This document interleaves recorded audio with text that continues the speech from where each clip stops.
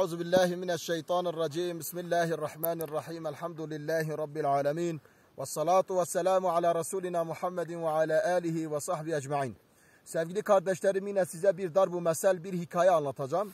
Tabi her bir darbu meselede binlerce hikmetler var. Her bir hikayede binlerce hisse var. Biz bu hikayelerden kendimize bir hisse çıkaracağız. Zamanın birinde çok alim, derviş, sofi, takva bir zat yollara düşüyor. Köy köy dolaşıyor, belde belde dolaşıyor, şehir şehir dolaşıyor. Bir gün bir şehre geliyor, bir memlekete, bir ülkeye geliyor.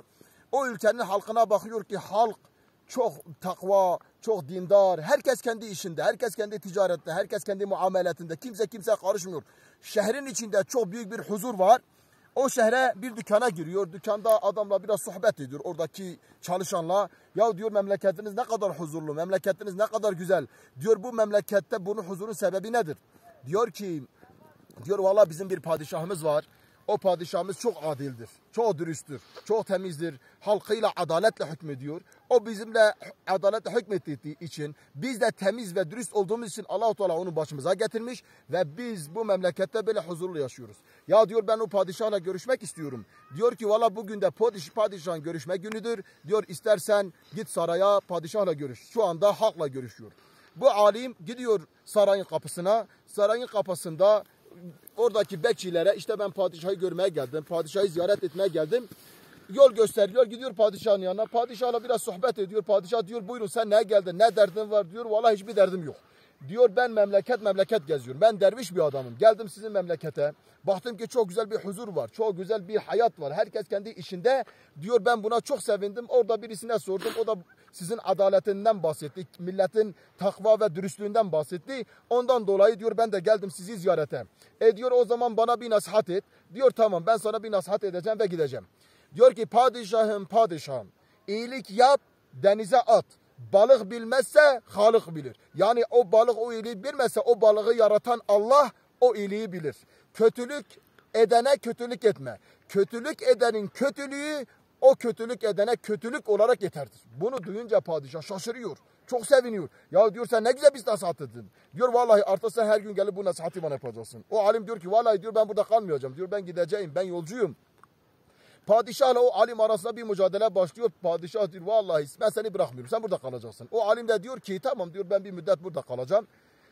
Tamam, bir müddet bir ev veriyorlar, bir oda veriyorlar sarayın içinde. O alim diyor ki, ben bir şey istemiyorum. Bir yastık olsun, benimle başımı bırakacağım, yeterdir. Diyor, tamam, öyle bir yastık veriyorlar, bir kitaplık veriyorlar, kitaplarını bırakıyorlar. Tabi her gün gidiyor bu nasihati padişah yapıyor. Vezir kıskanıyor. Vezir diyor ki, bu böyle giderse bu benim makamımı alır. Kıskançlığın, kinin, insanın içindeki adavetin göstergesidir bu vezir. Bunu bize gösterecek. Bir gün vezir padişahın yanına geliyor. Diyor, padişahım diyor, evet bu alim gelip sana nasihat ediyor, sana sohbet ediyor, sana bir şeyler söylüyor. Fakat bu alttan senin saltanatını yıkmaya çalışıyor. Ya nasıl olur diyor, bu alimdir geliyor, bak bizden bir şey istemedi. Diyor, sen öyle bakma diyor. Padişahım diyor, bu halkın içine gidiyor, diyor ki padişahın ağzına koku geliyor. Bununla başlayacak. Padişahın ağzına koku gelip padişah böyledir ve senin saltanatını yıkacak. Diyor, bunu nasıl tecrübe edeceğiz? Diyor, padişahım bir gün nasihate gelince söyle ona ki, söyle bana yaklaş. O sana nasihat sana yaklaşınca ağzını kapatacak. O ağzını kapatırsa, burnunu kapatırsa bil ki o senin hakkında kötülük düşünüyor ve senin hakkında koku geldiğini millete söylüyor. Diyor, tamam. Vezir hemen evine geliyor. Hanımına diyor ki, hanım diyor, hemen bir yemek hazırla, sarımsaklı olsun. Güzel bir yemek hazırlıyor, sarımsaklı. Kapının önüne çıkıyor. O alim de sabah çıkıyor, gidiyor vezire, padişaha nasihat edecek. Hemen vezir yakalıyor. Diyor, ey falan kez diyor, gel diyor, bir yemeğimi sonra git. Ya diyor, ben padişah bir nasihat edeyim, geleyim sonra. Diyor, yok diyor, önce gel, ben bizimle beraber bir yemek ye. Bu yedikten sonra sen gidersin o padişaha nasihatini yaparsın. Tabi alıyor, o alimi davet ediyor, evine götürüyor. Bakıyor ki alim önüne sarımsaklı yemek bırakmışlar. Yemeğini yiyor. Sonra çıkıyor, padişahın yanına gidiyor. Diyor ki, padişah diyor ki, bana yaklaş, şu nasihatini yap. Padişaha yaklaşıyor, ağzını burnunu kapatıyor. Diyor, padişahım iyilik yap, denize at. Balık bilmezse Halık bilir. Kötülük edene kötülük etme. Kötülük edenin kötülüğü kötülük olarak ona yeterdir deyince padişah diyor, tamam. Diyor, ben sana artık işim bitti diyor. Ben sana bir yazı yazacağım, bir mektup yazacağım. Bu mektubu al, götür falan valime ver. O vali o mektubu açma, o mektubu açsın. Mektubun içinde ne kadar mükafat varsa sana versin. Tabi vezir de o da dinlemiş, durdurmuş, onları dinliyor.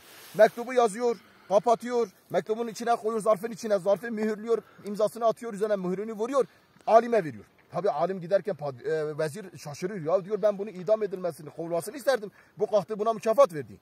Tabi vezir de hemen ardından çıkıyor, o alimi yakalıyor. Hocam diyor, ya sen gideceksin, dünya malı beladır. Sen dünya malını alsan, sana dünya malı o vali verse, kalbine dünya malı girecek, dünya muhabbeti girecek. Belki sen bu ilmini terk edeceksin. Başlıyor ona nasihat etme.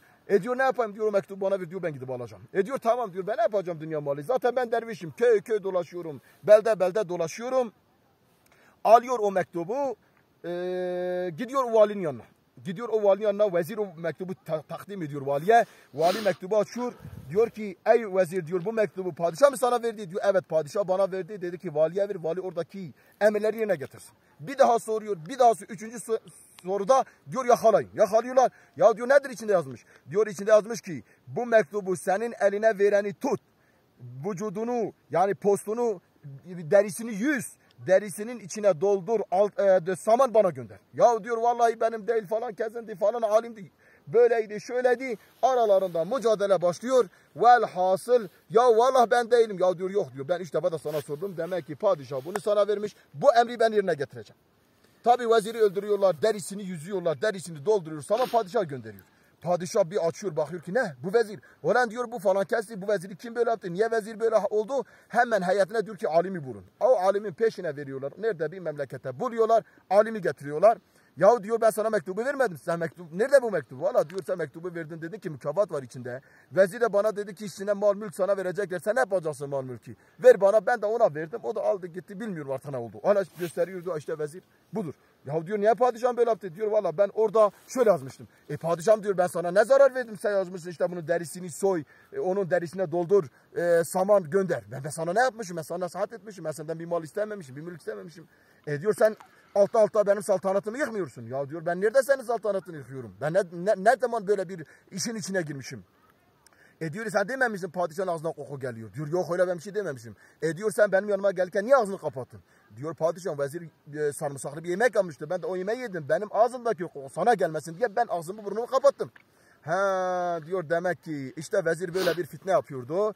Vezir böyle bir iftira atıyordu. Ah vezirin sonu böyle oldu. Onun için sevgili kardeşlerim, İçimizde kin, adavet, buğz varsa bu kin, adaveti, buğzu izale etmemiz lazım. Onu da İslam'la yaparız, Kur'an'la yaparız, sünnetle yaparız. Bu bir örnektir.